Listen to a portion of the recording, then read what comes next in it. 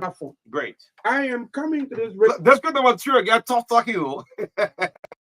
That's kind of energy. That's the energy. Go ahead.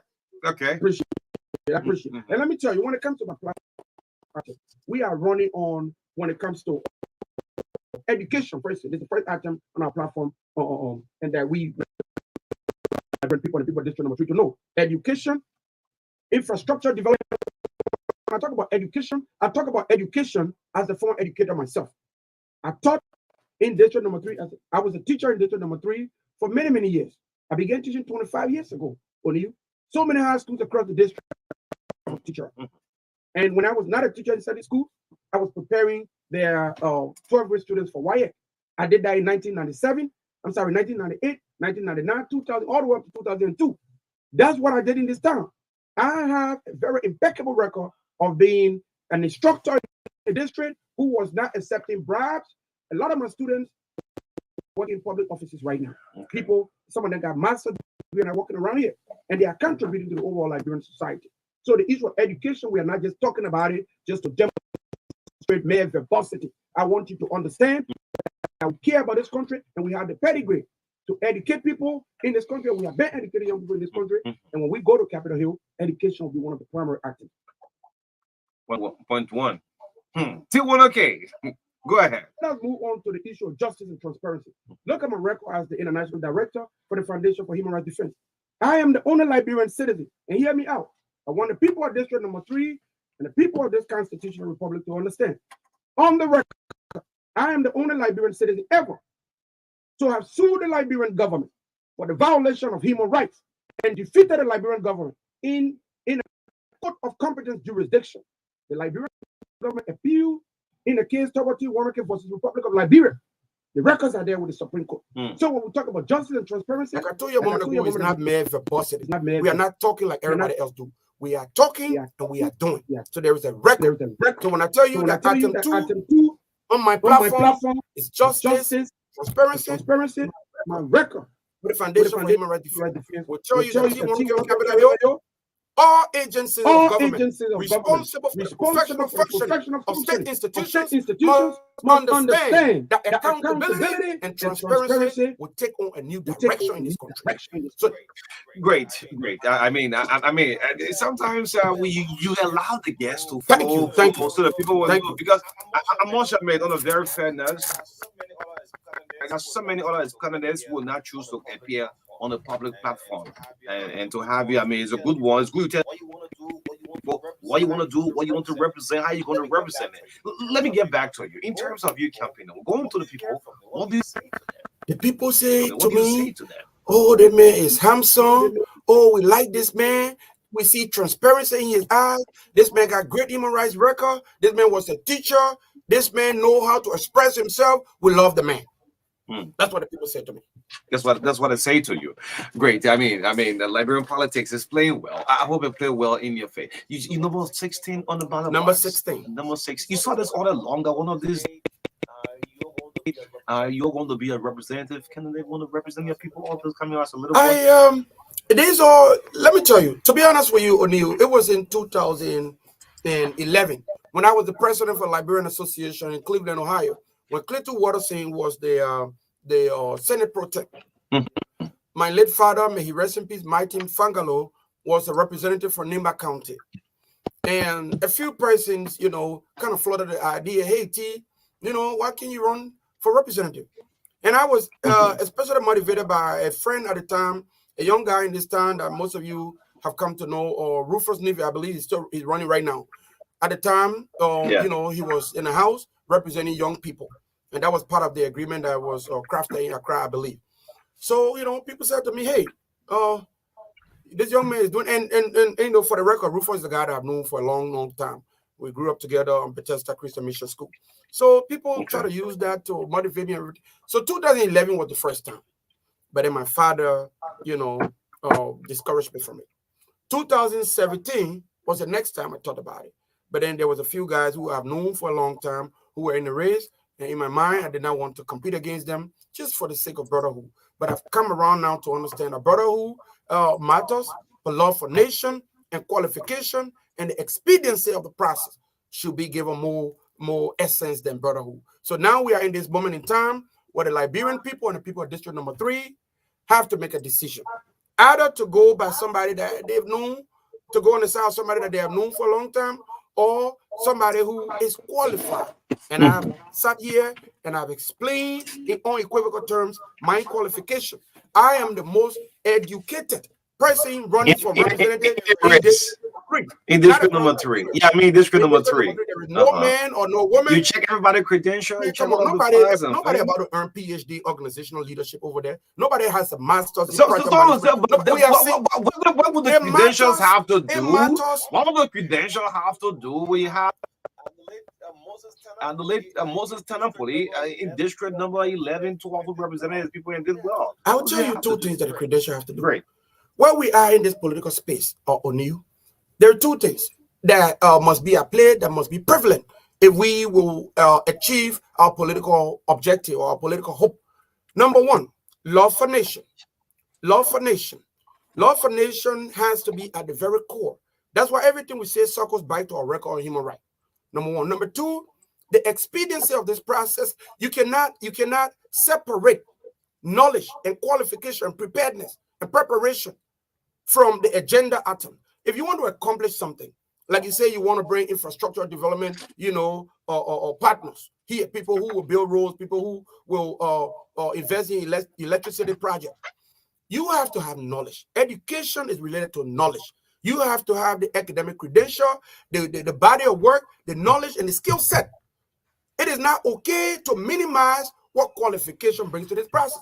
Qualification alone, in terms of education, is not enough.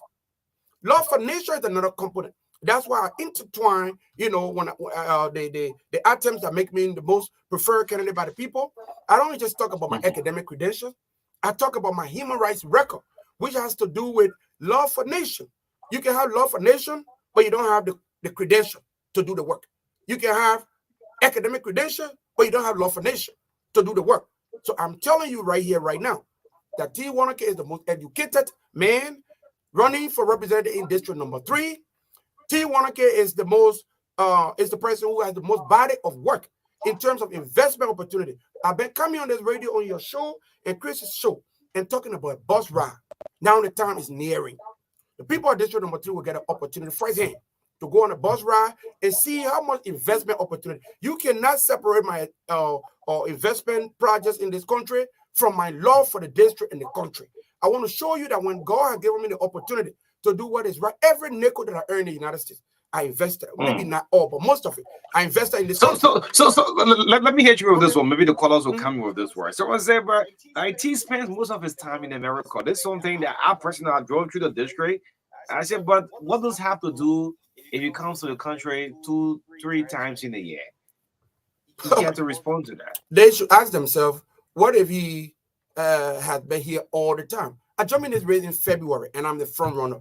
And there is a distant number 2 or number 3. I'm not here to call names. There's nobody in this race in District Number 3. Look, let me tell you something. The people are not going around saying you keep my mind, you keep my power, vote for you. The people want a prepared candidate who will not steal from them. The people at District Number 3 are not stupid. The people have struggled for a long time, and they appreciate the idea that they themselves are responsible in part for their suffering because they made very poor decisions. When I lived in District Number 3 and I was a teacher, there was nobody needs to be Bashir. I have no clue where this man came from. And somebody elected him. Now he's a representative.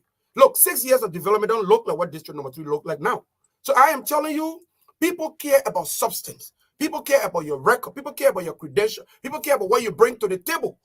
Okay? There is a difference between occupancy and residency. You can say, oh yeah, the man live in this house. So that's residency. Occupancy is different from residency.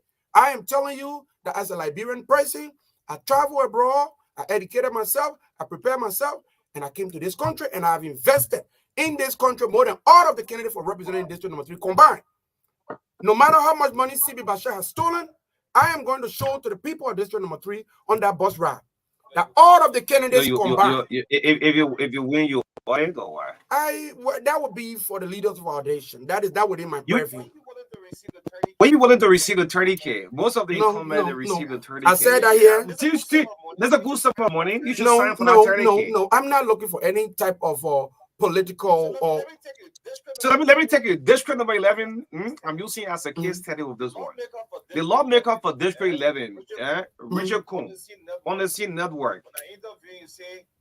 When I interview, say when each time you receive a 30K, he divided district into 32 community and share the money. I say, is it the rightful way?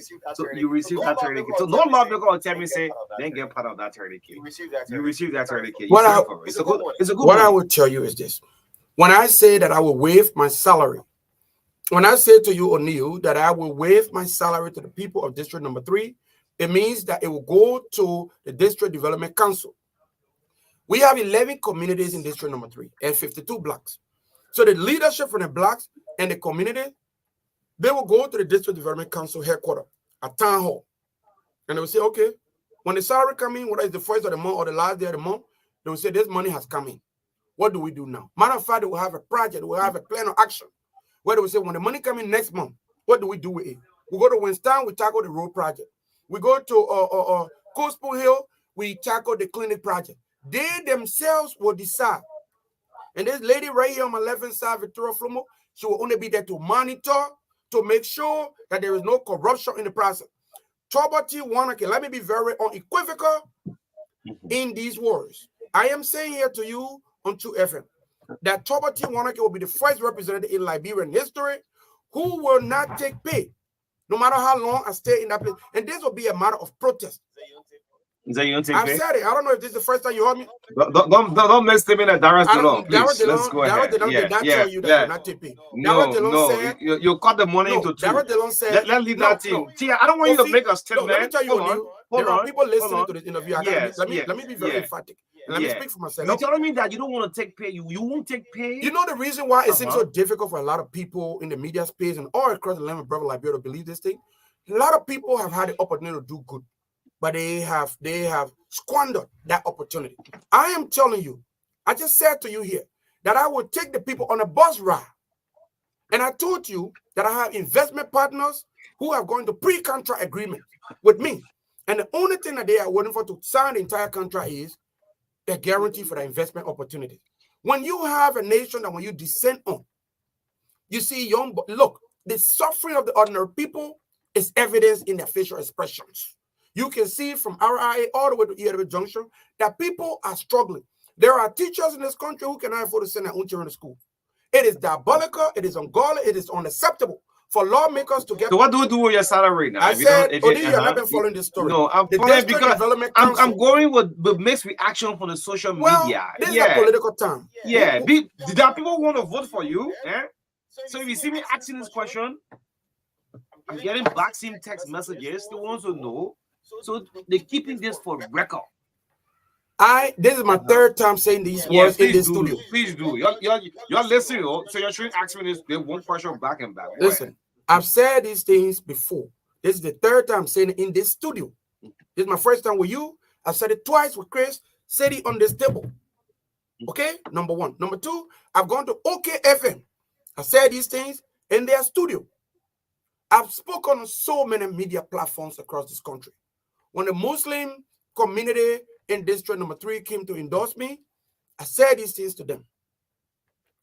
When the Christian community came to endorse me, I said these things to them.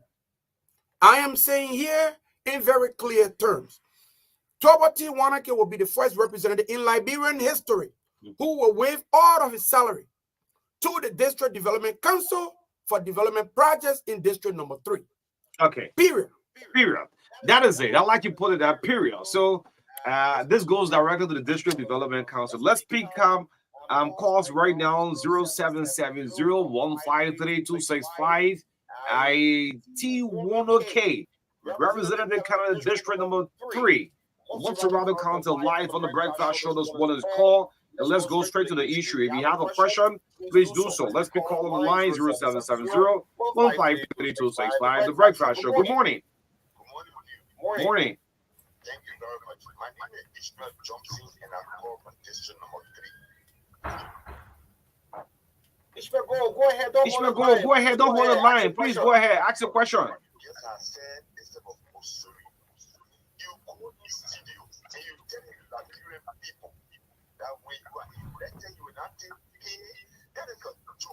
Okay, that is a joke. Ask a question. Just go to the question. Yeah, man, it's a statement. Eh? Go ahead. Good morning.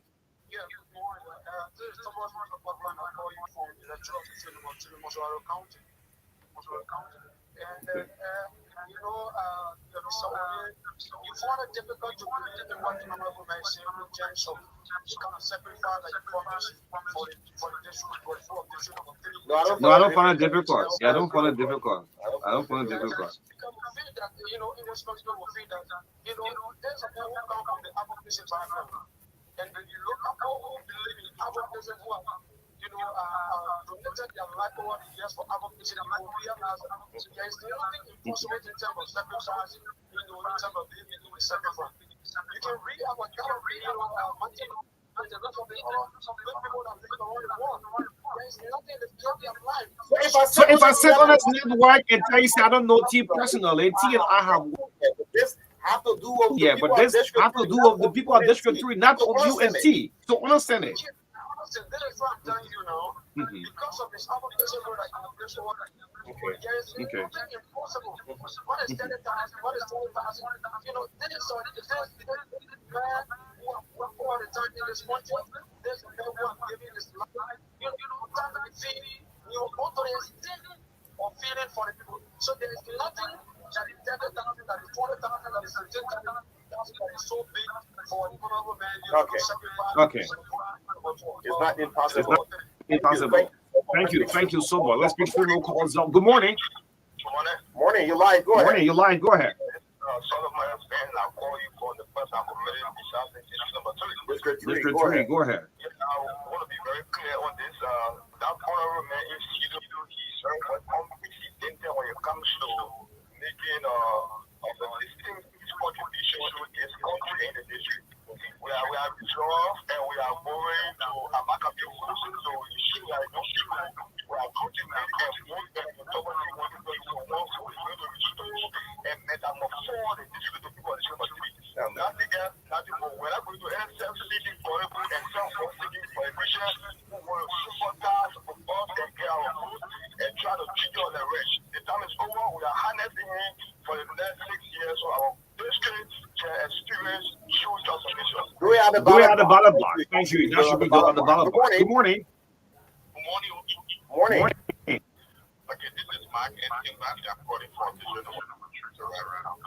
Now go ahead.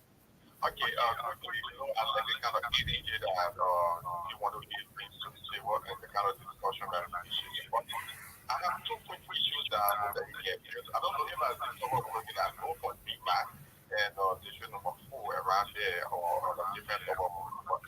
That is number 1 again. I want to know exactly on this issue that is pending in issue number 3 that you when you advocated for people to, I mean, the civil form for, you know, for advocating in Liberia, in Jordan, you said that you're going to give it for people. That's why the people, I mean, some people turn up for your this or that, and the women was ready. They clearly said that they keep them for the loan business. Okay. Thank you, the loan business. You respond to that. This should be our last caller. Good morning. We're out of time. Morning.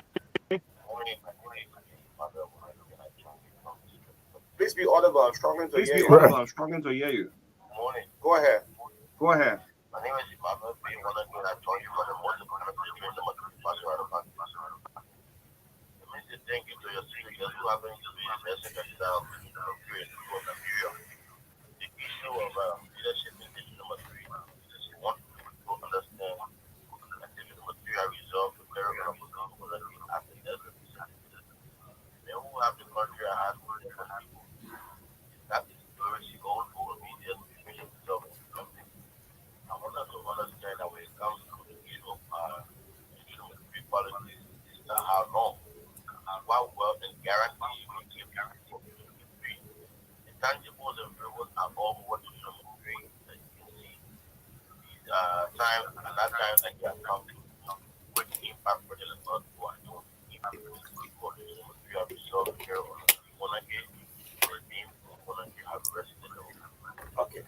Thank you. Let's listen Thank up you. to Let's you. listen up to you. I mean, we political pure now. I hope you're political. You have thick skin now to receive some Go bullets. ahead. Go ahead. Only I came to this political process, and I came here with the understanding that we were going to be involving or associating ourselves with a harsh environment. It has been much more friendlier than I anticipated, and whatever this process throws at us, we are prepared for the sacrifice. I believe in my heart that the people of District Number 3 have decided that this time around they will not ignore qualification. I don't know, a couple persons out there may have problem when you don't have the education. They say, oh, the men know nothing. The cause knows around that, oh, the men know, but oh, the men know this. When a man can say in a short time from now, I'll be earning PhDs, oh, you boast. Liberian people, what should we do now? In the moment that we exist now, in this political moment, what is very important is substance. And you cannot discuss substance without looking at somebody's impeccable record. What has this person done to defend their theory that they will be the best person to be chosen, or should be the best person to be chosen in this process? That's the reason why you hear me talk about what I have done in this country. I didn't stop there. I told the people of District Number 3 and the Liberian people that I will give you a bus ride. For me, that is the most substantive line that the people should understand. I didn't say vote for me and then I will get rich, and after I get rich, 3 years later I'll give you bus ride. No, I'm saying sometime in September, preferably around September 15 or so, before October 10 ballot day, I will give you a bus ride so that you can see the investment opportunity that I brought to this country. And then I said sometime in January or February, whoever wins the presidential election in this country, my investment partners and I will give them a proposal, a 3-count proposal. One for an energy supply, a clean energy technology project that we want to bring to this country that will rival LEC. We want to bring that business to this country. These people have a lot of money they want to bring to this country. They want guarantee. Only who can give a better guarantee for somebody's big investment in this country than the president or the government that is in power? So that is the reason why I'd like to be very clear. I'm not a Tangadansi, any political leader in this country.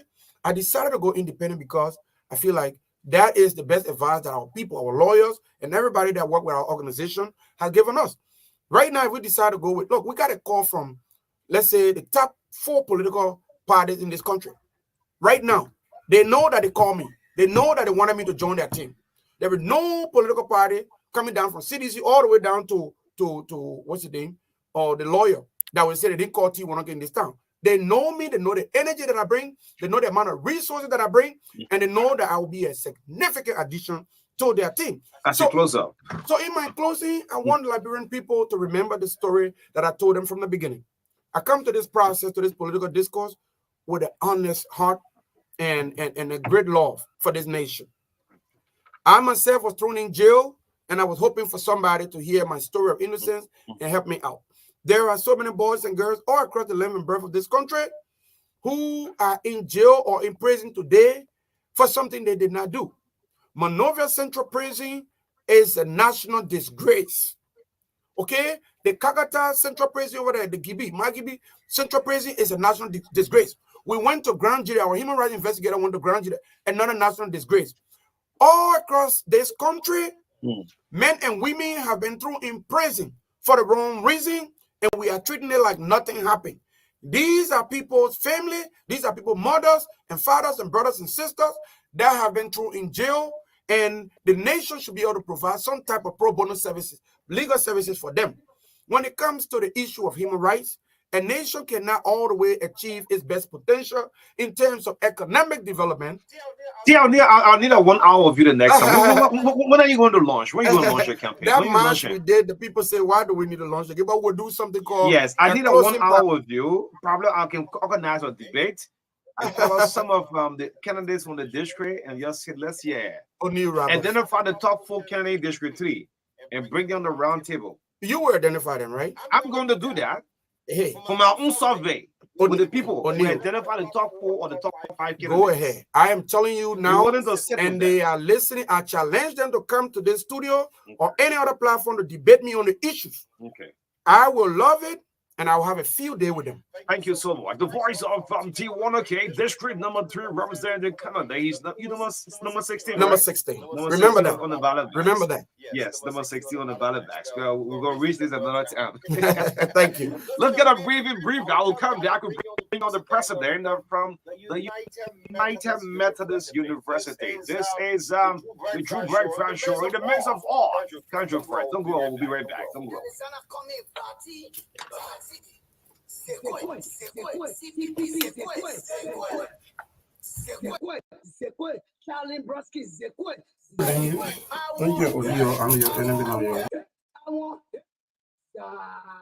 The 2023 presidential and general elections just ahead, and Liberians will go to the full bench to vote and choose new leaders to govern the nation. And one name that stands out among the rest is Alexander Cummings, and as true statesman of national and international integrity, national standard bearer, and first president of the collaborative political parties, CPP.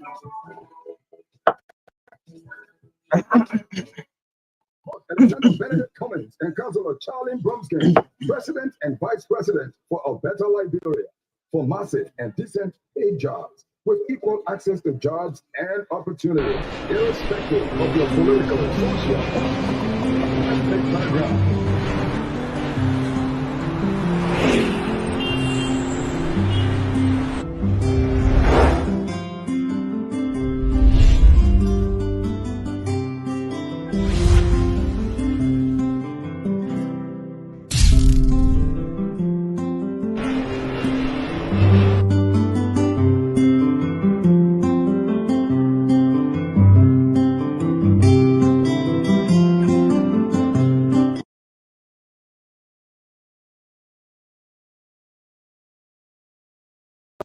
Law and order aimed at attracting direct foreign investment for massive job creation. Yes, vote right. Vote for a better Liberia. Vote number 4 on the ballot on October 10th. Vote Alexander Benedict Cummings and Councilor Charlie Brumskin for President and Vice President of the Republic.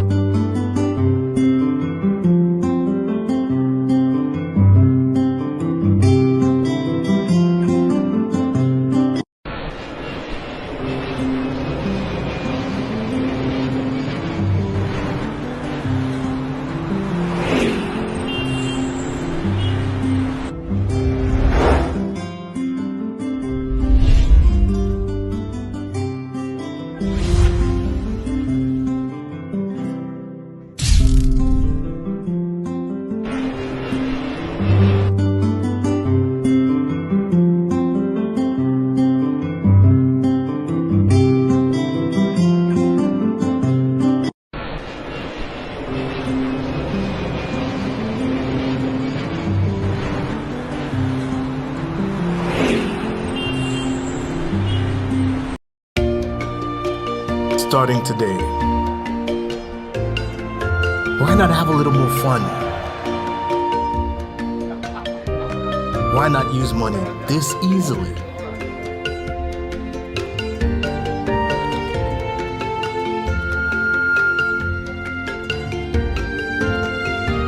Why not get even closer to family? Why not work how you've always wanted?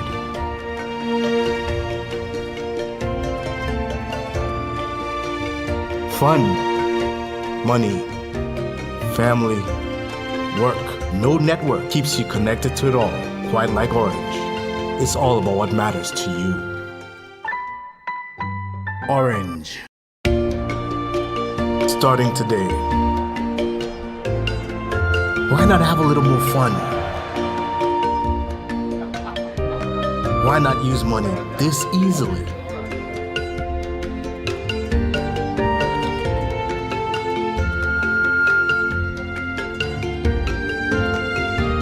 Why not get even closer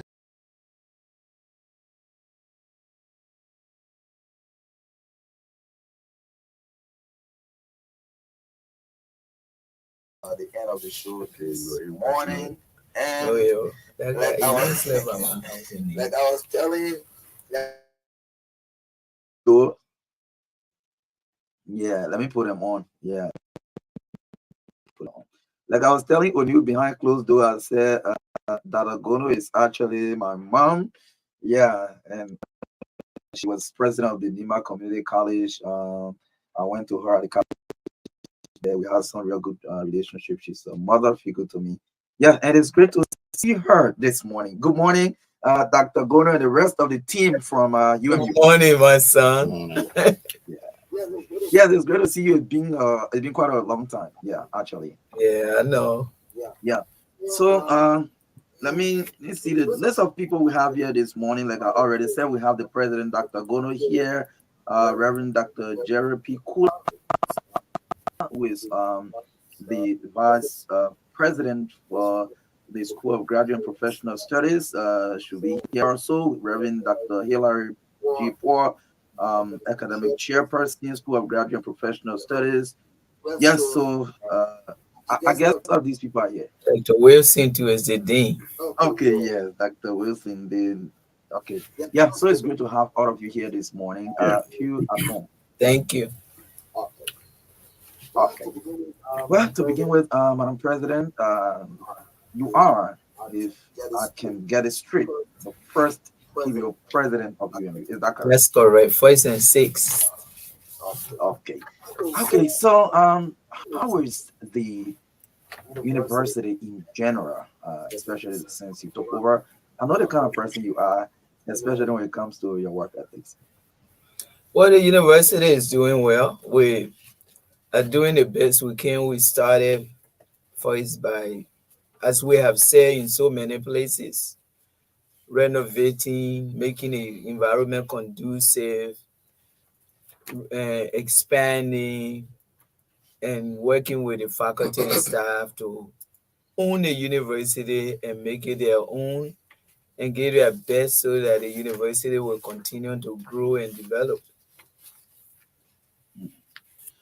Okay. So, let's just go around the table and at least get introductory comments from the other members of the team. You want to start with me? Well, I'm Mhm. Dr. Hilary Paul, like you rightly said, the chairperson of academic programs. We are excited to be here to see how we can sell our institution, especially our new programs that are coming up. Okay. I'm Reverend Dr. George D. Wilson Jr., and I'm the Dean of the John Innes Graduate School of Theology. I'm Reverend Dr. Jerry P. Kula, the Vice President for the School of Graduate and Professional Studies, and we're glad to be here this morning, along with our President, Madam Gono, in order to provide for our listening public the many things that are happening at the university in general, and particularly the School of Graduate and Professional Studies, where we have lots of new programs that have been laid out to be commenced as soon as possible. Okay, that's great. So, Madam President, we love for you to provide some vital updates, especially since you took over. Yes, what is the current status of the university? What are some of the work you're doing there currently? Yes, just an update to the audience. Well, like I said, we started with massive renovations and expanding the university. Like for instance, the graduate and professional studies was one of the things that we saw. We have 10 different colleges, but initially there was just one graduate school of theology. So when I met with Dr. Kula, actually saw the orientation of that program, I said to him, we need to diversify the graduate school to include the different colleges that we have because we have to create a human resource capacity for the university and for Liberia. we don't have workforce, we don't have many trained faculty to take over the different institutions and the programs. So we need to diversify. So from there we started working, and we've done a lot of work that you will soon hear even from himself. And then from there we started working with the students to help them help first to improve the environment, make it conducive. When I got there, the university was actually in a deplorable condition. So we renovated the entire campus, and we are still working on that, trying to develop the place. Currently, in fact, last semester, we have 5,033 students. Of that number, 65% of the enrollment is female and 35 male.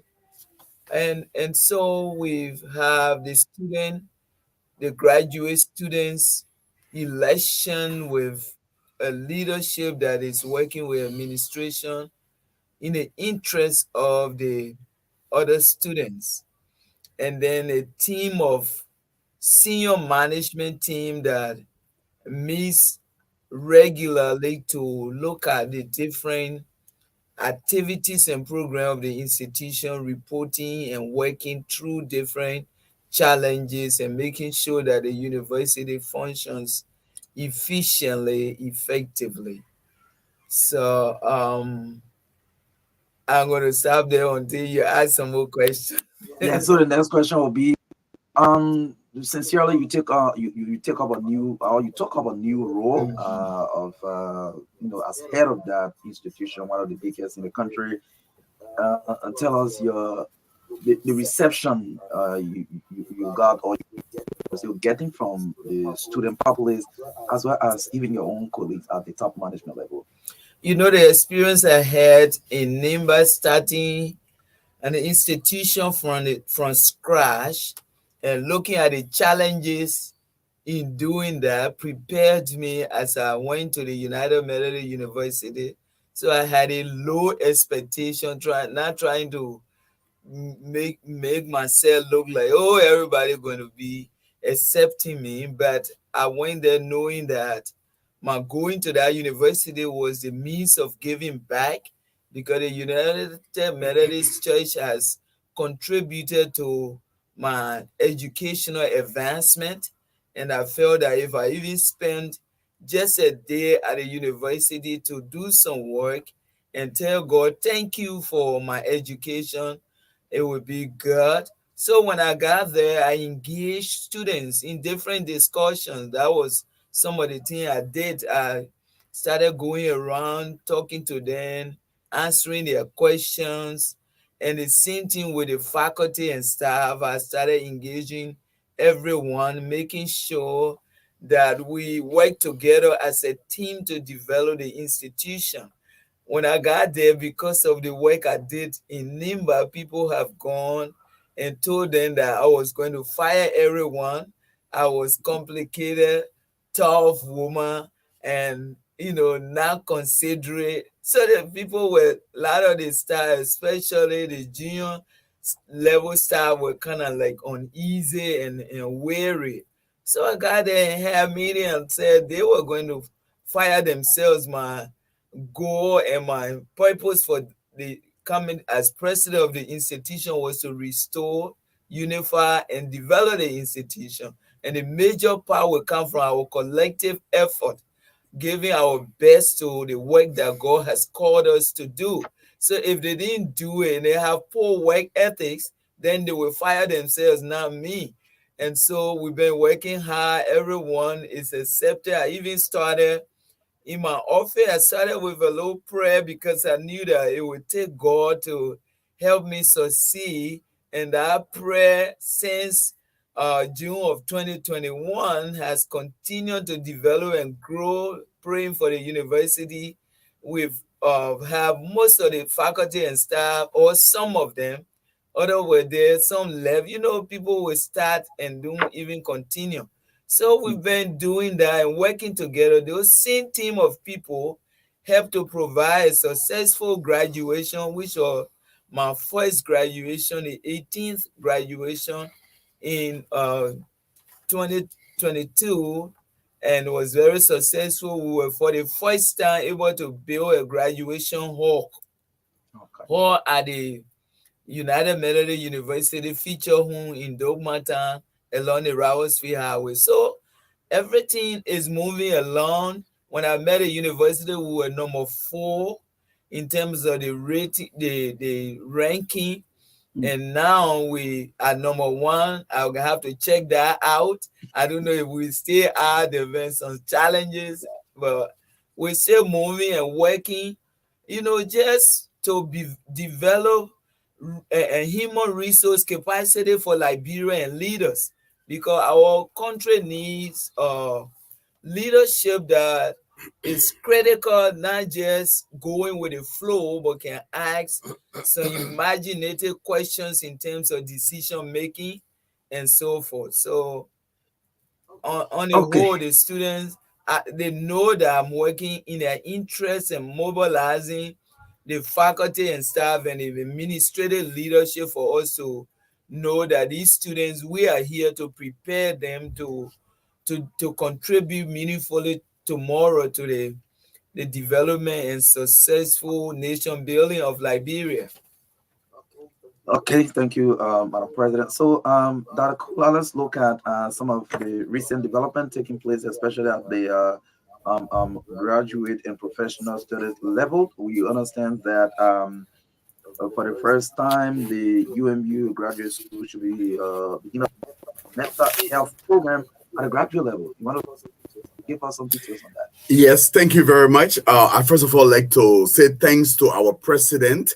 Like she said, she came, we were only running the Graduate School of Theology, but I'm very glad to inform the public that since she challenged us to move forward, we've been working very hard. And now we have 5 colleges at the School of Graduate and Professional Studies. Wow. I'd like to just mention that before I zero into the mental health program.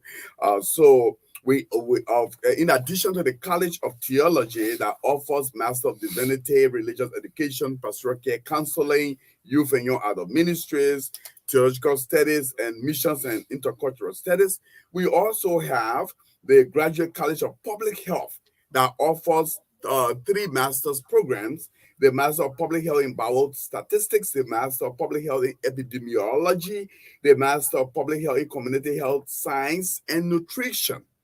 In the Graduate College of Education, we offer several programs. We have the Master of Arts in Curriculum Design and Instruction, the Master of Educational Psychology, the Master of Educational Leadership and Administration, the Master of Arts in Secondary Education, in Primary Education, and Childhood Education. Then we, in the Graduate School of Nursing and Health Sciences, we have the Master of Science in Nurse Education, the Master of Science in Administration. Then finally, we have the Business College that is focusing on MBA in Accounting, Taxation, Auditing, Banking, and Finance, then Human Resource Management and Leadership, then MBA in Procurement and Supply Chain Management. So those are the 5 major programs. Now, I want to let the public know that since she engaged us, we did not just go ahead to start doing programs. We wanted to identify gaps in the educational system of Liberia. So we took the time to do some serious research. It is based upon the research that we did and the findings that led to the establishment of these programs, especially like, for example, the nursing. We have so many colleges offering certificate, diploma, and bachelor's degree like ourselves. But then we realized that we do not have sufficiently trained people to train at the bachelor's level. So now the Master in Nursing Education and Nursing Administration will be serving to fill that gap. Then a major research we did has to do with the issue of mental health in the country. And so when we did the research, we realized that the Carter Center has trained at the post-basic level over 300 persons across the nation, and some of them are working. And so when we went into developing the curriculum, Carter Center came over and said, can we do this together? Can we bring all the other stakeholders together? And so we say yes, because we are interested in Liberia and trying to do something for Liberia. So Carter Center came in, and then the Board of Nursing and Midwifery came in, the physician assistants came in, then the Medical and Dental Council came in, and all the different bodies joined us. And for about a year now, we've been developing the curricula for two major programs. That's the Master of Science in Advanced Clinical Practice in Psychiatric Medicine. Then the Master of Science in Clinical Mental Health Counseling. And so I'm very delighted to inform the public that on last Wednesday, we had at the University of Liberia, the Ministry of Education, the Ministry of Health, represented by the Health Minister herself, the Ministry of Gender, the Ministry of Youth and Sports, represented by the minister himself, Honorable Zoga Wilson. These people were there to receive the curricula that we have developed. So we had a major program along with our partner, the Carter Center, represented by the director from the United States. They were all at the University of Liberia to receive the curricula. Yeah. And so actually the United Methodist University, is that? Yes, Yeah, not University of Liberia. Okay. That's the University of Liberia? Yeah. Okay. Yeah, two times. Okay. Actually, Yeah, yeah, the but- United Methodist University of Liberia. All right, so we have all these people at the United Methodist University to receive the curricula. Now, let me just go ahead to let you know what is the concentration of these two master's program. For the Master of Science in Advanced Clinical Practice in Psychiatry Mental Health, we are focusing upon practitioners, people who are already into the field and practicing. So those who will be enrolled into this program, they are people who have, first of all, they have degree in nursing. So you have one specialization, Advanced Clinical Practice in Psychiatry or Mental Health Nurse Practitioner. We have the same for physician assistants. Then we have midwifery. Then we have pharmacy. Then we have psychotherapy. So we have 5 areas of concentration for those who will be enrolling into the advanced clinical practice in psychiatric mental health. So this is not just for anybody. This program is for people who are already specialized into the different specialization areas we call. And so they will be training to become psychiatric mental health practitioner. Then the second category of program, we have the clinical mental health counseling, and that also has 5 areas of specialization. We have the child and adolescent counseling. So when you enter into this master's program, you will be specializing in child and adolescent counseling. That's for our counselors, our guardian counselors, our principals and teachers who are serving, early childhood, programs. Then we have the second area of specialization. We have the substance abuse and addiction counseling. There are some people who are into this area and we want to come and get a training. We talk about social workers. We talk about people working in medical institutions, or other institutions like maybe orphanages and what have you, and people working in the street where, some of our brothers and sisters who are youth at risk. They will need to come into this program and earn their master's degree and move forward. The third area of specialization has to do with marriage, couple, and family counseling. Now, this concentrates upon like pastors and other church leaders who are involved into marriage counseling and premarital counseling and what have you. Then the fourth area is crisis intervention and trauma counseling. There are people in this area who also want to earn a master's degree. Then the fifth area of specialization is school and career guardian and counseling. So right now we have several persons working in our public schools as guardian counselors, as principals, as administrators, also in the private school system. They need this training so that they can be more efficient and more effective. And so these are the 2 new programs that we have had to work with all the national stakeholders to develop. And I want to let you know that as a result of this development, this is going to be the first time in the history of our nation to have such a curricula. So any institution wanting to do any of this program at the master's level will have to consult this curricula. That's the reason why we have to bring all the stakeholders, educational stakeholders and health stakeholders in the country to present it to them for them to receive it. And then very soon, we'll be planning for the endorsement along with the Carter Center when this program will be endorsed by the national leadership responsible for education. So this is where we are generally in terms of preparing to address very critical needs of our nation as far as mental health is concerned, and the other programs are concerned to support the educational system of the country. Yeah, I know a lot of people following this morning will appreciate that greatly. But did you take into consideration interest of people, people's attraction to the programs, and what outcome do you have? I guess you got that correctly. Please repeat. I didn't. Yeah, so what I'm trying to say is that people's interest in the program, like students, for example, did your assessment also consider that? Oh, yes.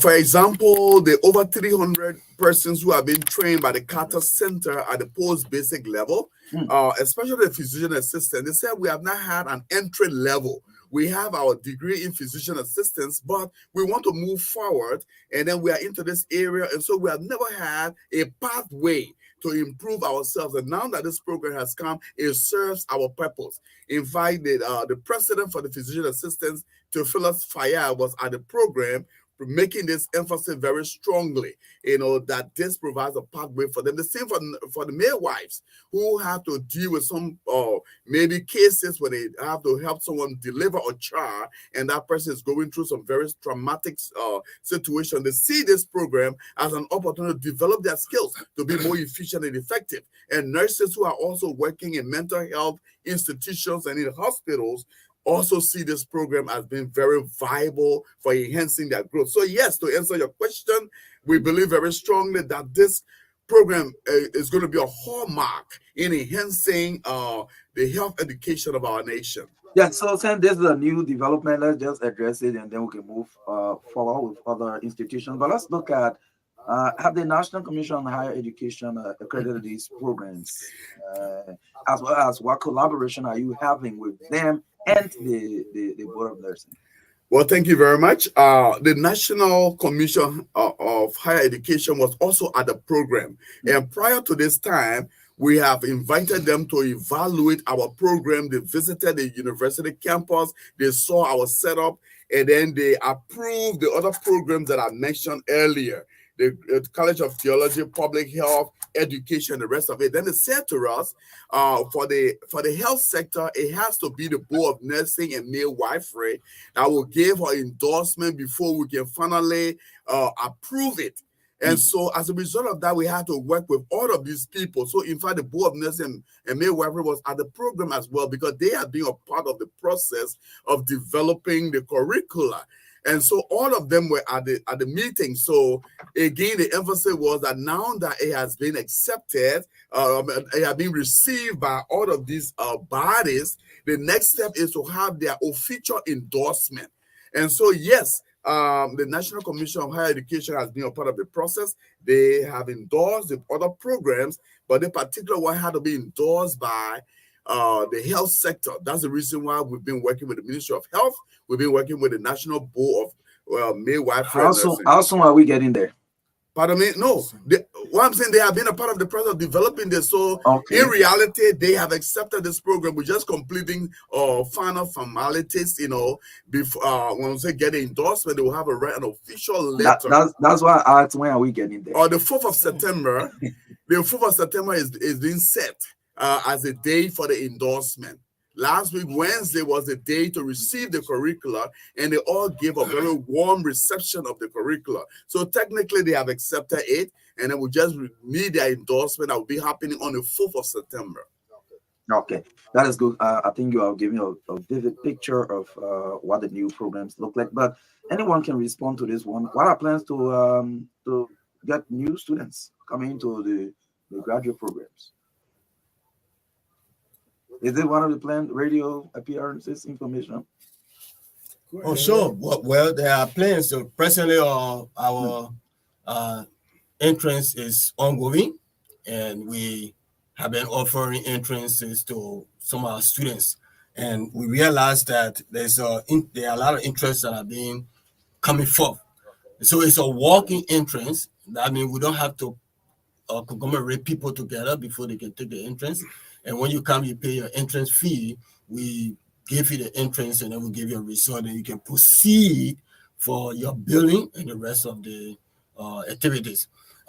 We also have, this is one of the platforms that we are using for people to come and understand the program.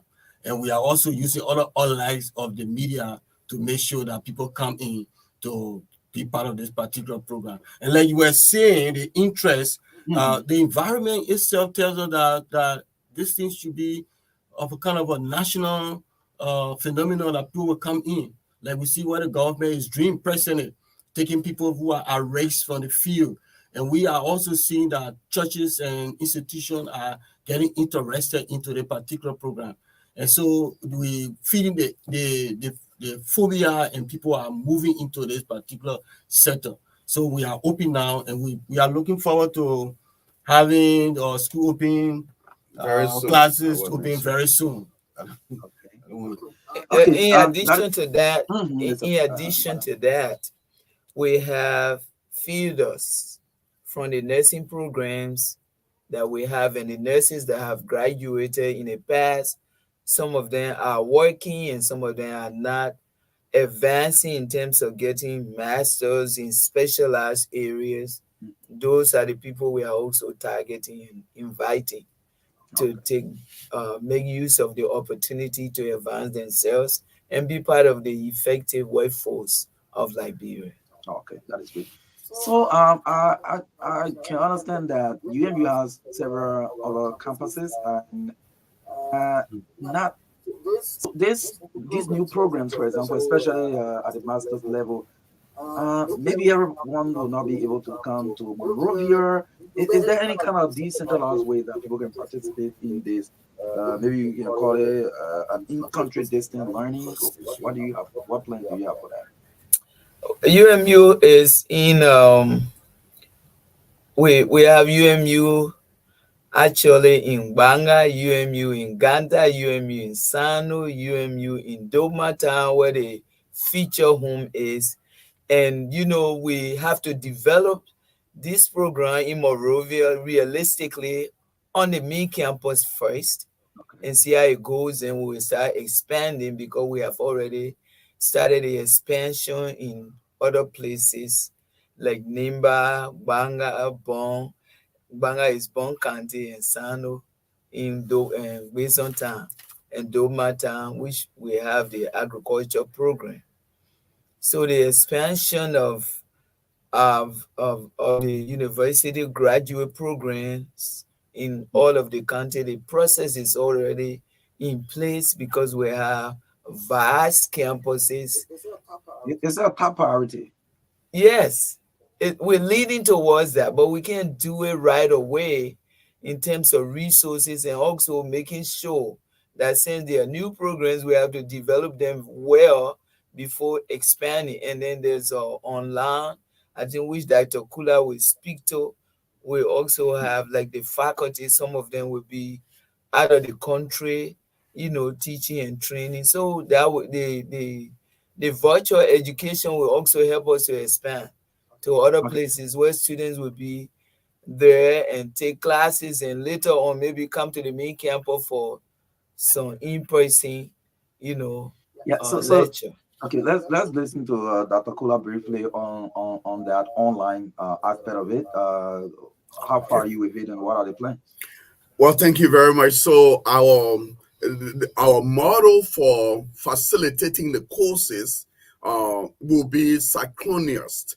Okay, where we have our students sitting in a classroom and receiving a presentation from someone overseas, or sometimes it will be done through the ecosystem of the Carter Center that has a Zoom built into it, or sometimes in person. Now, the reason for this, it has to do with the faculty. We want to thank God that we have few faculty members in country who have specialization in psychiatric medicine. But the truth of the matter here is that we have gaps in our faculty in terms of having all of the faculty on ground. For example, the Carter Center has hired a faculty member from Uganda, and that person is going to come in person and teach for 3 weeks and then move back to Uganda and complete their teaching schedule online.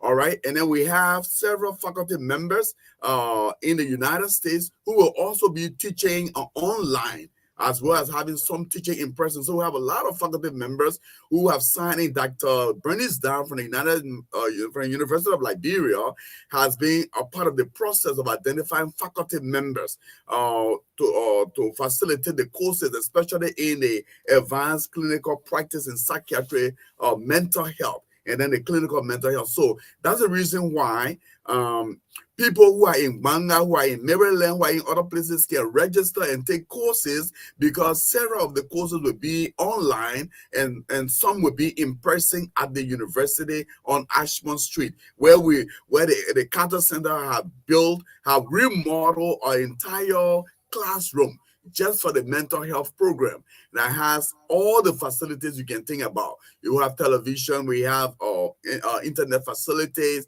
24/7, and we have many other means by which you can just come in a cozy classroom. Like we have all of our classroom of cozy and have the kind of education you can get. So UMU is ready. The School of Graduate and Professional Studies is ready for these programs, and we encourage our students out there, whether you are a nurse practitioner, a physician assistant, a midwife, a pharmacist, or a psychotherapist, or maybe a pastor, or a church leader, or a guardian counselor, whatever your profession is, come and take advantage of what we have to offer, because we are ready for you. We have the faculty members. With the collaboration we have, we retain a program at the University of Liberia, and also with the Carter Center that is providing us all the best faculty you can think about, from overseas as well as in country. The United Methodist University. However, yeah. So I keep saying you are sorry. You are expanding. You are expanding. I think anybody can address this question. You are expanding programs.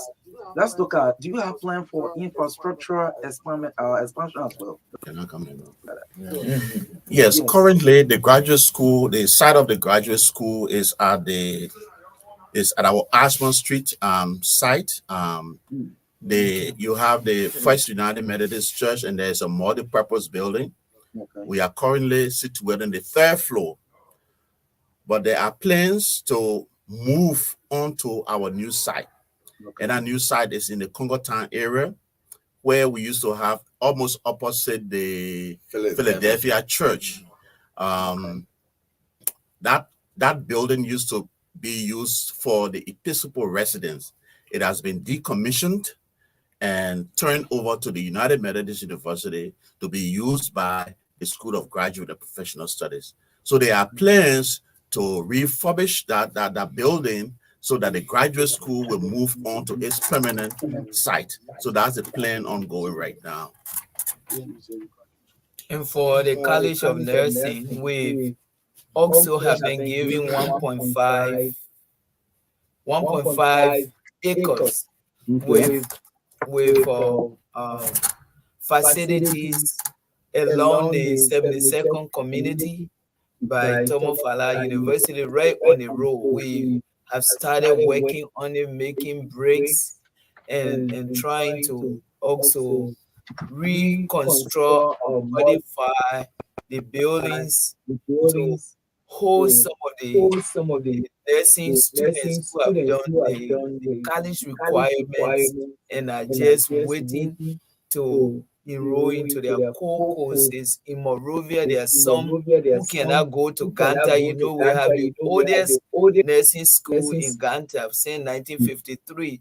It's been one of the best in the country.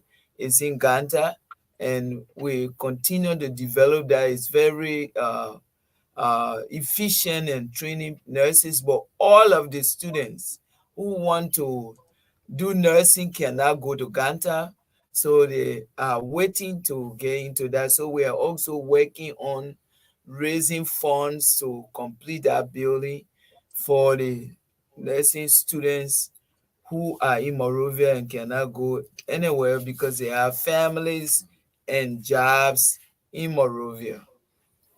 Okay. So yes, generally, let's look at some of the challenges. You know, obviously, where there's progress, obviously there'll be some challenges. So let's look at some of the challenges facing the institution, and how do you intend to overcome them as you are already expanding? I think the expansion also helped to generate funds because our major challenges are finances and also resources and so forth. So as we expand, we also thinking that students, because when you are running institution, private institution, the students are the money. So they're going to pay fees that will help with the financial aspects, but we have, committed ourselves with forming partnerships that are also coming along in fact in less than a week. 5 of our students will be going to Switzerland for student exchange with the Ox Eastern University, which is one of the best university around the world. So we are having partnership, and then we intend to to to do. We've written some proposals for fundraising, and we are working on that as well, and trying to team up to generate funds for the university. So for the expansion. So that's, and knowing that in our country or around the world now, the the COVID-19 brought some economic instability, the inflation, all of the things that are happening. We are aware of that and also taking that into consideration and finding other means to support the institution. I think that the Kula can add more because it's been one of those teaming up with partners who have come even with a graduate school to help with some of the construction works. Yeah, so you can purchase just in a minute, Darakula. Yes. I wanted to also, in addition to that, I want to provide some information to students who have been asking about fees, about when we are starting the classes and things like that. All right, but the truth of the matter here is that finances are being a challenge, and also human resources, because these are very specialized areas, and we don't have anybody teaching in our program with less than a PhD degree in an area of specialization. So for the counseling, the Master of Science in Mental Health Counseling, they are all PhDs, of course. For the psychiatry medicine, not only PhD, but people who are specialized and also have wealth of experience. So we have some of those people in country, but we don't have all of them. So that's a challenge. And then we've had to have some of them teaching online from the United States, from parts of Africa, Nigeria, Uganda, and then also from the United States. And Canada. Yeah, Canada, yeah, and Canada, yes. So those are the places we have our faculty members. So the plan is to have some our people who have master's degree. We've identified about 3 of them who are going to be entering into a PhD program very soon, so that in the next 5 years, most of our instructors for our Master of Science in Clinical Practice in Psychiatry, Mental Health will be all nationals. And also the clinical mental health counseling will be all national. So these are some of the plans we have moving forward in terms of addressing challenges. Now, the master's programs are for 2 years, full-time, and then 4 years if you are doing part-time. So we want the students to know that, and then our fees are very, very reasonable, very, very reasonable. So come and meet us on Ashmont Street. I just like when people say the fees are reasonable, but they don't mention. But come to the office, you will get it. Right. Ashman Street, in the compound of the Fresh United Methodist Church, the multi-purpose building. We are on the 3rd floor. Classes are to begin very, very soon. And so orientation being organized and planned. And so We want you to come and do the walk-in entrance, do your interview, and then we will be able to establish you in a college. I wanted to mention something very new that is under the College of Education. 2 weeks ago, I was in the office of the Minister of Education. We had a serious conversation, and I saw him in agreement of what we proposed verbally, and very soon we'll be presenting the entire package. And it is establishing a postgraduate diploma in education. And this postgraduate diploma is a 1 year postgraduate diploma program in education that is targeting all of our teachers in our public schools and even private schools who do not have an educational degree.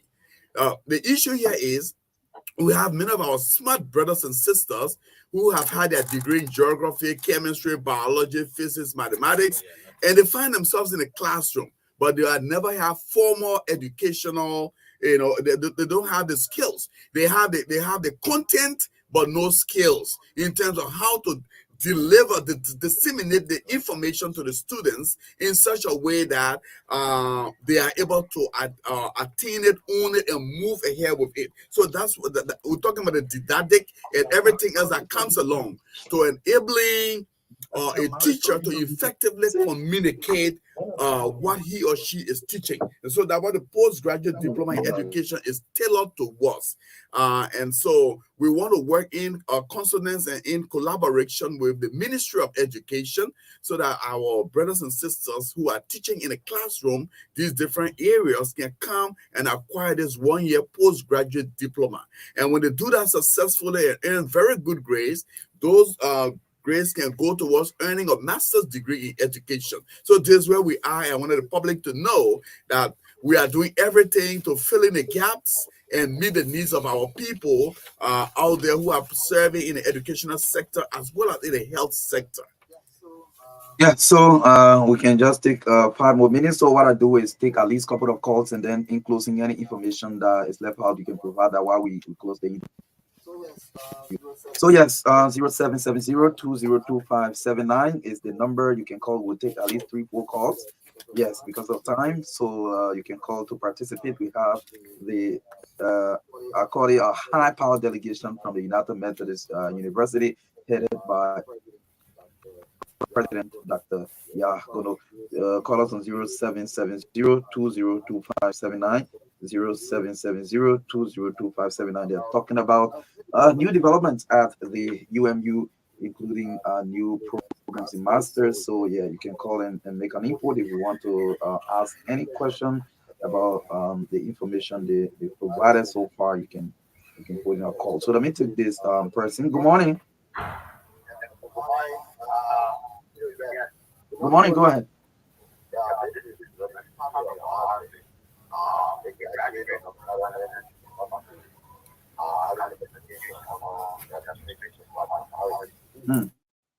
Can I find out the students that graduated from college of education,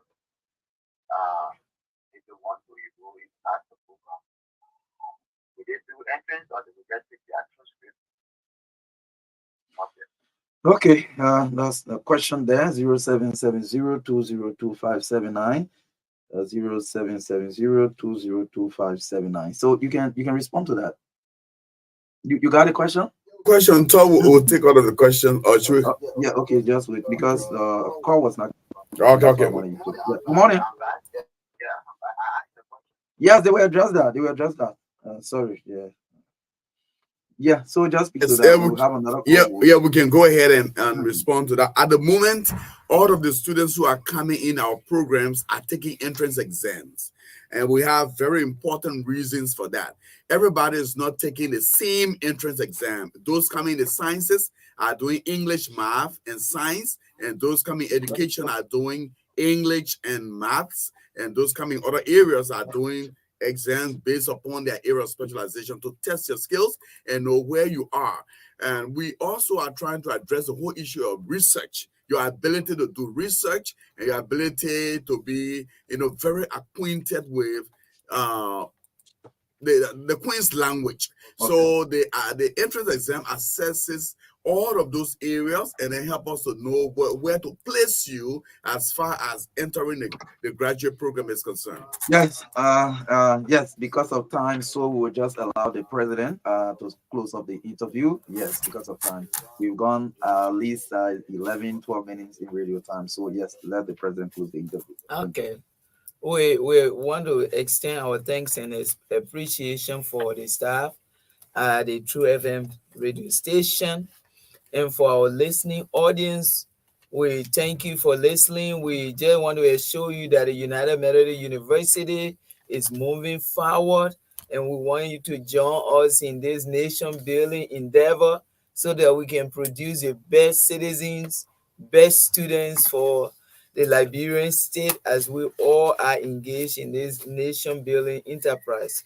I want to thank all of you, and we're working and doing our best in the midst of challenges to achieve our goals, trusting God to unify and work with those stakeholders, parents, sponsors, and students to come and join us in this process of building the nation at UMU. So again, we want to thank everyone for listening. Thank you. Okay. Thank you so much. That's the voice of the United Methodist University, Dr. Yah Gono, there, heading an entire delegation here this morning on the TBS. We ending the show now. Tomorrow we'll be here with another edition of the program. You have yourself a wonderful time. It has been a presentation by Marka Davis and Onu Roberts.